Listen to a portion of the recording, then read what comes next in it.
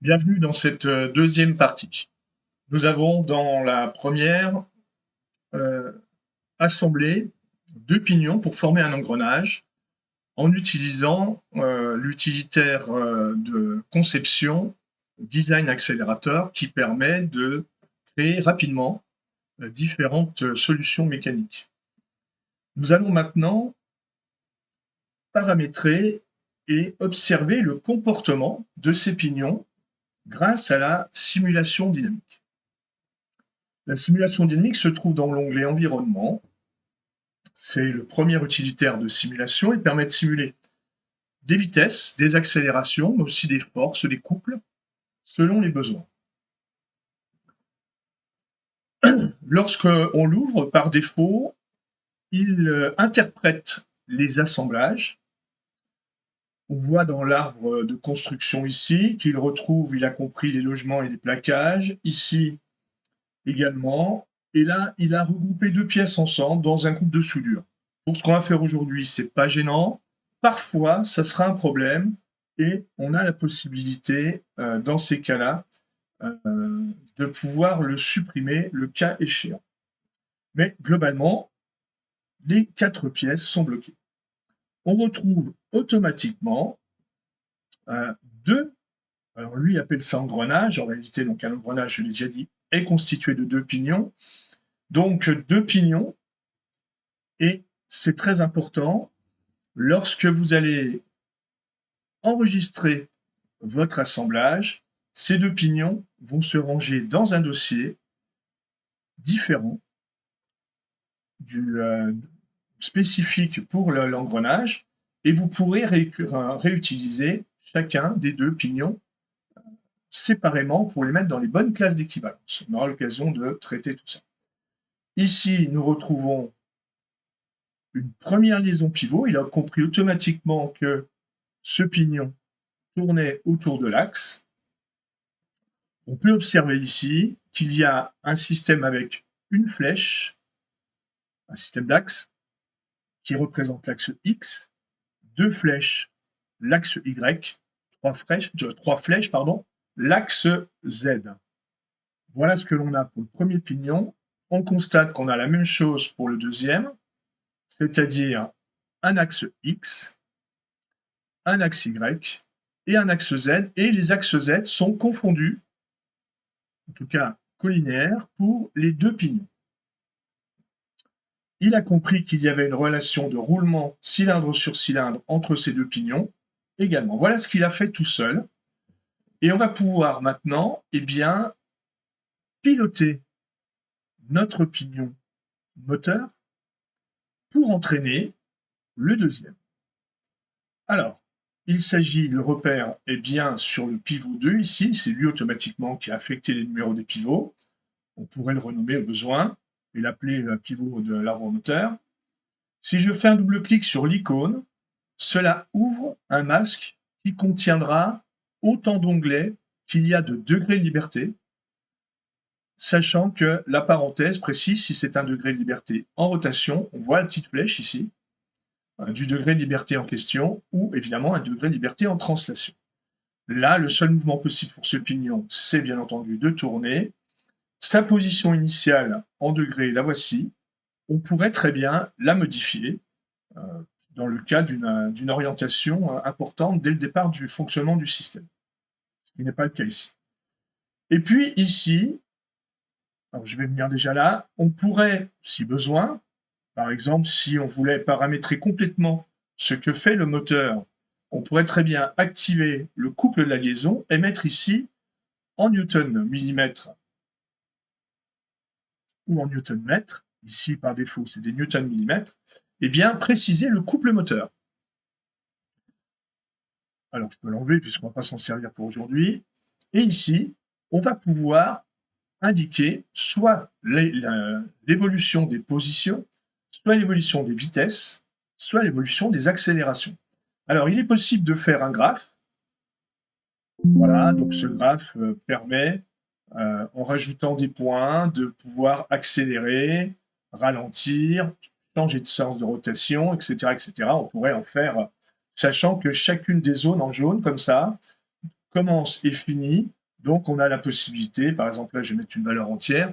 J'utilise la touche tabulation pour passer de l'un à l'autre. Ça veut dire qu'en une seconde, eh bien, on va passer de 0 à 100 degrés. Par exemple, si je viens le mettre ici, voilà, je peux mettre la valeur précise, bien sûr. Voilà, et puis on viendrait ici à -100 ou on viendrait au point de départ, donc dans cette zone-là, je pourrais lui dire qu'au bout de 2 secondes, ils reviennent à 0 degré. Voilà, donc là, on tournerait dans un sens et on reviendrait se positionner à la position d'origine par la suite, etc., etc. Ce n'est pas ce que je souhaite faire ici. Je veux mettre une valeur constante, donc ici, je vais choisir, pardon, juste à côté, la petite flèche là, valeur constante, et je vais rentrer une valeur. Alors, il se trouve que la simulation avec la capture d'écran vidéo, c'est pas terrible, donc je vais pas faire quelque chose qui va trop vite. Je vais mettre 180 degrés par seconde, mais on pourrait mettre bien plus, évidemment. Voilà. On peut observer qu'il y a un petit dièse qui apparaît à côté de la liaison qui a une valeur de paramétrage. Que se passe-t-il si j'appuie sur la touche lecture? Eh bien, le pignon tourne, bien entendu. Comme il y a engrainement et que cet engrainement est reconnu avec la fonction roulement, l'autre pignon a tourné également. Quelquefois, c'est pas évident à voir, surtout si on a des formes vraiment lisses. On peut rajouter des traces. Une trace, on peut la mettre pour observer trajectoire, vitesse ou accélération, uniquement à l'écran ou également obtenir des valeurs de sortie. Pour l'instant, pour ce qui nous intéresse, je vais prendre ces quatre-là. Et il suffit de prendre un point quelconque de ce que l'on veut observer. Voilà, je fais appliquer. Si j'exécute, on voit une trace se faire qui est en fait la trajectoire du point dans le repère qui lui est rattaché, c'est-à-dire le petit repère qu'on a vu tout à l'heure, qui est celui-ci. Vous pouvez observer que lorsque j'appuie sur lecture, donc ça déroule pendant 2 secondes parce que j'ai réglé 2 secondes, on peut revenir en arrière bien sûr, et ici la zone est pour l'instant grise. Tant qu'elle est donc grise, de cette couleur-là, on ne peut pas la modifier. Pour pouvoir la modifier, il faut cliquer sur cette icône. Et là, seulement après, on peut faire des modifications, y compris changer, par exemple, le temps d'observation. Si maintenant je ne mets qu'une seconde, eh bien, évidemment, comme je fais 180 degrés par seconde, eh bien voilà ce que l'on obtient, évidemment. À noter que la valeur ici correspond au nombre d'échantillons que l'on va prendre.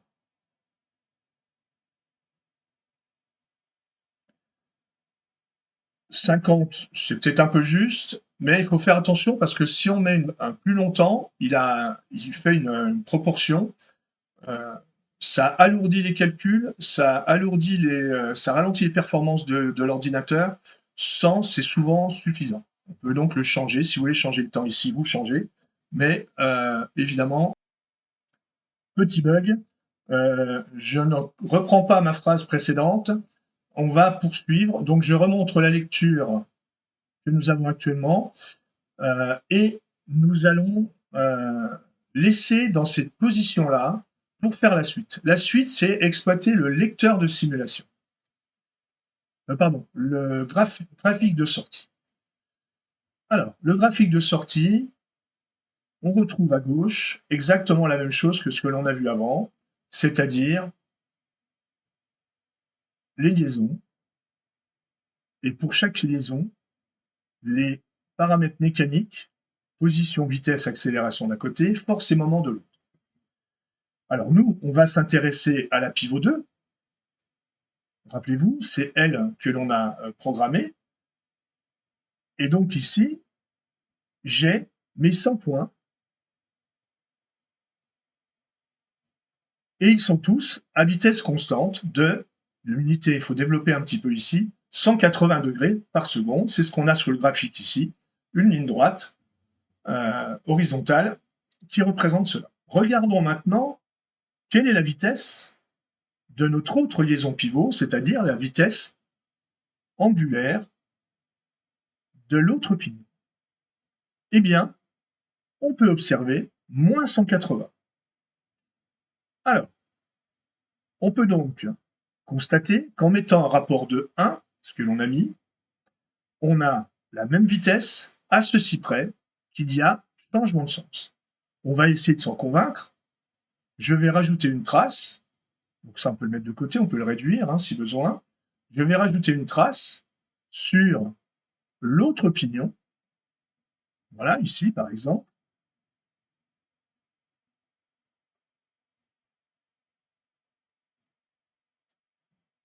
Et je vais rembobiner pour qu'on observe bien au fur et à mesure. On voit bien, à travers cette animation, que les deux pignons tournent en sens contraire. Vous l'aviez deviné. Je peux retourner dans mon graphique de sortie.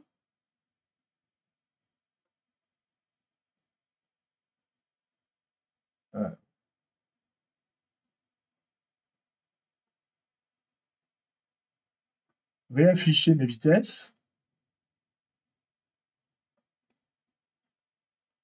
J'obtiens ceci. Alors, on peut tirer sur les traits ici pour faire un petit peu ce que l'on veut selon les circonstances. Voilà. Si je vais sur la trace et que je regarde les vitesses également,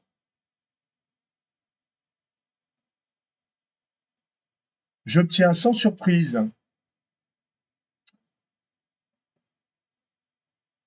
une vitesse là et là, mais ce ne sont pas les mêmes valeurs. Alors on va regarder les unités pour bien comprendre. L'unité, c'est le millimètre par seconde. Ce n'est donc pas une vitesse angulaire, c'est une vitesse linéaire. Vous avez vu ça normalement précédemment avec la formule V est égal à oméga fois R. Ici, nous avons oméga. Ici, nous avons la vitesse. Alors, on peut constater que la vitesse linéaire, elle, eh bien, a la même valeur. Alors, ça va nous donner peut-être l'occasion d'aller regarder d'un peu plus près, maintenant, comment fonctionnent les rapports de réduction. Alors, vous avez ici, je vais dire,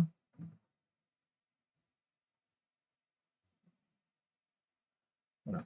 Vous avez ici, donc, les deux situations qui correspondent à un seul train de pignon, donc un engrenage. On a un pignon moteur, le 1, qui entraîne le 2 par un contact extérieur. S'il y a un nombre de contacts entre pignons impair, eh bien, le dernier pignon tourne au contraire du premier. Ici, il y a un contact, il n'y a pas d'autres pignons, c'est évident. Il y a un contact, donc c'est impair, donc les deux pignons tournent à l'envers. Si vous avez à résoudre un quiz où il y a plein de pignons qui suivent, il suffit de compter les contacts et vous savez si ça tourne dans un sens ou dans l'autre.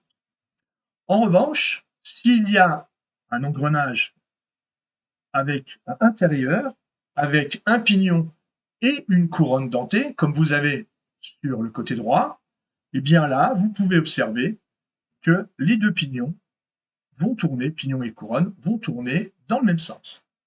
On a donc une solution constructive pour pouvoir faire tourner dans le même sens si on ne veut pas inverser, si ça devait poser un problème. Les formules, par contre, sont exactement les mêmes, c'est-à-dire que le rapport de transmission est égal à la vitesse avec les n qu'on a ici, mais surtout, on va s'intéresser pour l'instant au nombre de dents. Le nombre de dents, dans les formules sur les pignons, se fait avec la lettre Z. Le nombre de dents du pignon 1 divisé par le nombre de dents du pignon 2 donne le rapport de transmission. S'il est supérieur à 1, c'est un rapport de transmission. S'il est inférieur à 1, c'est un rapport de réduction. Le signe moins devant vient du sens de rotation qui est inversé. Mais c'est également valable pour les diamètres. Le diamètre du pignon 1 divisé par le diamètre du pignon 2. Vous pouvez observer que les formules sont les mêmes en train extérieur ou intérieur. Alors, maintenant, nous, ce qui va nous intéresser, c'est d'avoir un rapport de 3. C'est-à-dire que l'on veut que le pignon 2 tourne 3 fois plus vite que le pignon 1. Pour ça, le rapport Z1 sur Z2 est égal à 3. Z1 est égal à Z2 fois 3, c'est-à-dire qu'il y aura 3 fois plus de dents sur le pignon 1 que sur le pignon 2. Poursuivons, ça veut dire quoi? Ça veut dire que si on fait un morceau de la chaîne d'énergie, eh bien, le moteur convertit l'énergie électrique en énergie mécanique et un moteur est donné, dans les données constructeurs quand vous l'achetez, il est donné pour avoir une vitesse angulaire. Alors souvent, c'est plutôt donné, parce que c'est plus pratique, en tours par minute, ça nous intéresse, ça nous parle plus, mais on peut le convertir en degrés par seconde, en radians par seconde, selon les besoins. Et ici, eh bien, on va dire que notre moteur, c'est ce qu'on a paramétré tout à l'heure, a une vitesse angulaire de 180 degrés par seconde. La fonction transmettre, avec un engrenage et un rapport de 3, va faire, et on s'attend à ça, en tout cas on va le vérifier avec Inventor, d'avoir une vitesse angulaire de 540 degrés par seconde en sortie.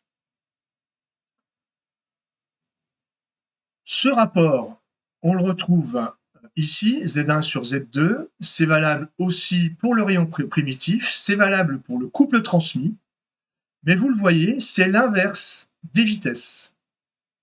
C'est-à-dire que si on réduit le couple, par exemple, on augmente de l'inverse mathématique, c'est-à-dire qu'on a 2 sur 1 au lieu d'avoir 1 sur 2, pour la vitesse.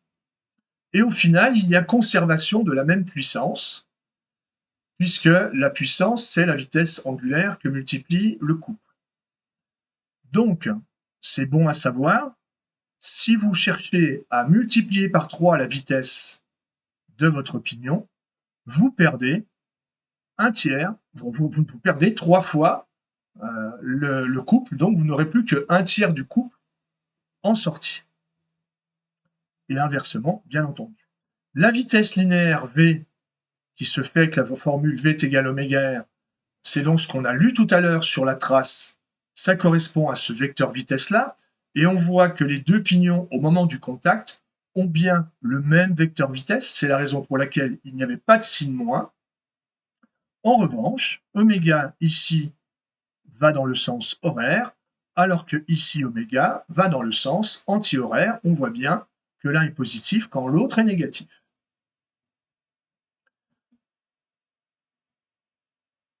Pour conclure, avant de repasser sur Inventor, ici on avait un cas d'un train extérieur avec simplement un contact entre deux pignons. Voyons ce qui se passe lorsqu'on en a plusieurs qui s'enchaînent. Eh bien, on va donc trouver un contact ici,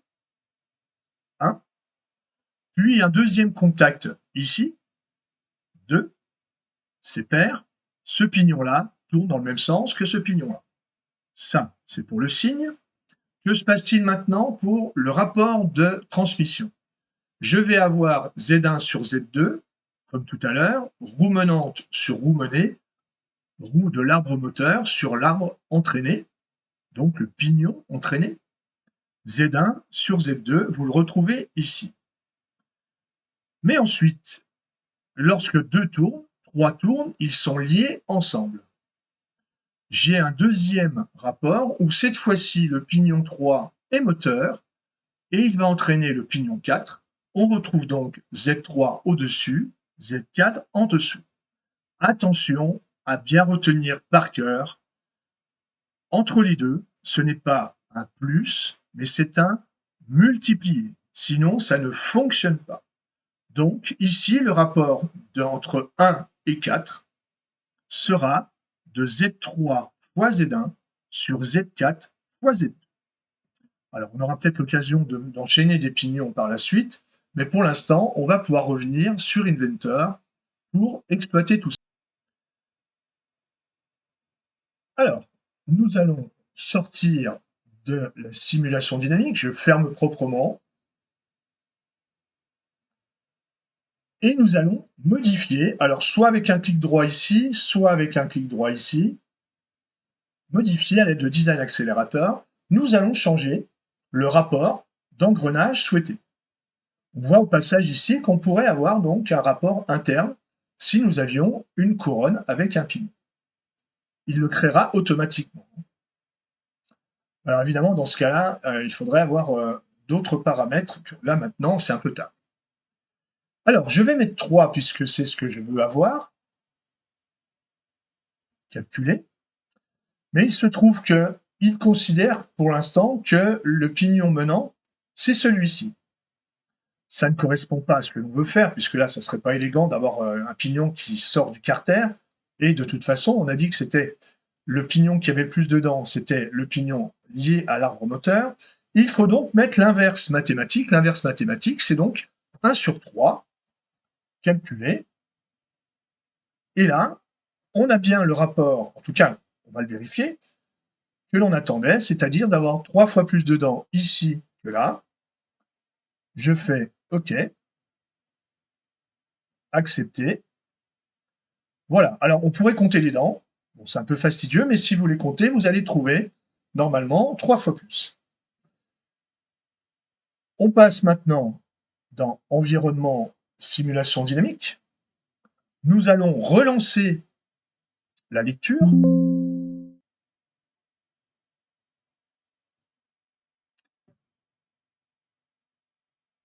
Et comme cela arrive souvent, ma carte vidéo ne doit pas pouvoir suivre. Ça a tourné, on va le vérifier. Et on va pour ça rajouter des traces. Alors je suis obligé de refaire les traces. Vous aussi sans doute. Dans ce cas-là, il faut les supprimer.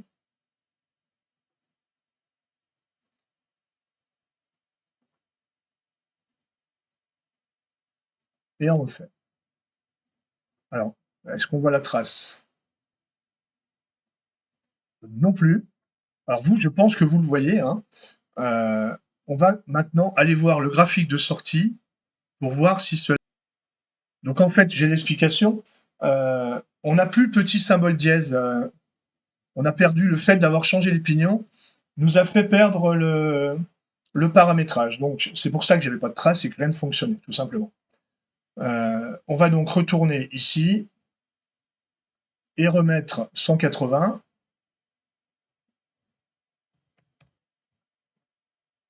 Voilà. Je fais lecture. Et là, c'est bien visible. Alors, qu'est-ce qu'on voit? On voit dans un premier temps que la trace pour le pignon moteur fait bien 180 degrés, pas de souci. En revanche, pour le petit pignon, on constate qu'il y a au moins un tour entier qui a été fait. En réalité, si on essaie de regarder, ça fait ça fait beaucoup plus que 1. Voilà, on n'a pas, je crois qu'il est en face, ça va faire exactement, enfin de toute façon c'est sûr, ça fait 1,5. Regardez, la trace rouge est ici au début. Voilà, elle fait le tour et elle s'arrête ici. Je ne sais pas si c'est visible pour vous, mais on peut la deviner peut-être en zoomant. Oui, on la voit ici, la trace. Et en réalité, on a ici d'afficher le vecteur vitesse que l'on a à cet instant-là. C'est la même chose pour lui. Voilà ce vecteur vitesse. Nous allons regarder ce que cela donne dans le graphique de sortie en cliquant sur graphique de sortie. Et on constate bien que lorsque la pivot 2 est à 180 degrés par seconde, on a bien moins 540 degrés par seconde pour le pignon 1. Le négatif, on a expliqué pourquoi ça change de sens. Et puis, la vitesse, 3 fois plus, puisque nous avons remis un rapport de transmission de 3. On a les deux courbes toujours ici. Si on regarde pour les traces, pour les vitesses, rappelez-vous, on avait exactement la même chose précédemment. On avait 40 et quelques, je crois. Et bien là, évidemment, on a pratiquement la même chose, on devrait avoir la même chose d'ailleurs, puisque les deux pignons, au moment où ils sont en contact, c'est-à-dire à ce point-là, doivent avoir la même vitesse, sinon... Alors, le fait d'avoir une vitesse différente vient, pour l'avoir exactement, il faudrait prendre le point de contact des dents, c'est-à-dire sur le diamètre primitif. Ça explique cette petite variation. Mais vous pouvez retenir qu'on devrait avoir exactement la même vitesse, puisque si une dent va plus vite que l'autre en vitesse linéaire à cet endroit-là, eh bien les dents cassent, tout simplement. C'est la vitesse de rotation, par contre, qui, elle, de chacun des pignons, n'est pas la même, parce que, bien entendu, lui, étant plus petit, doit faire plus de tours pour réussir à rejoindre le premier. Alors, si on observe, je vais enlever un peu de coche parce qu'au bout d'un moment, ça fait beaucoup de tracés. Si on observe les positions maintenant des deux, donc les positions angulaires, on a donc des degrés. Voilà, je vais remonter à 0 degré. On voit que quand mon pivot 1 était à 0 degré, j'ai 172 degrés pour la trace pour le pivot 1. On voit ici l'évolution, donc en une seconde, on va venir à 180 degrés pour le pivot 2, pardon. Et pour l'autre, eh bien, on est parti de plus 170 et on va arriver à moins 360. L'amplitude entre les deux est, à n'en pas douter, 540 degrés. Il suffit de faire 172 plus les 367. Je suppose que c'est 172,8. Voilà, 172,8 plus 367,2, eh bien, cela nous donne ce que nous attendions, c'est-à-dire 540 degrés, donc qui confirme bien ce que l'on attendait. Voilà. Donc, voilà une exploitation possible par les courbes qui vont nous permettre, alors bien entendu, là, comme c'est nous qui avons paramétré, bah, c'est facile de voir que c'est un rapport de 3, mais vous pourriez avoir directement à observer ce graphique pour ensuite en déduire eh bien, quelle est l'amplitude d'un mouvement. Voilà pour cette deuxième partie.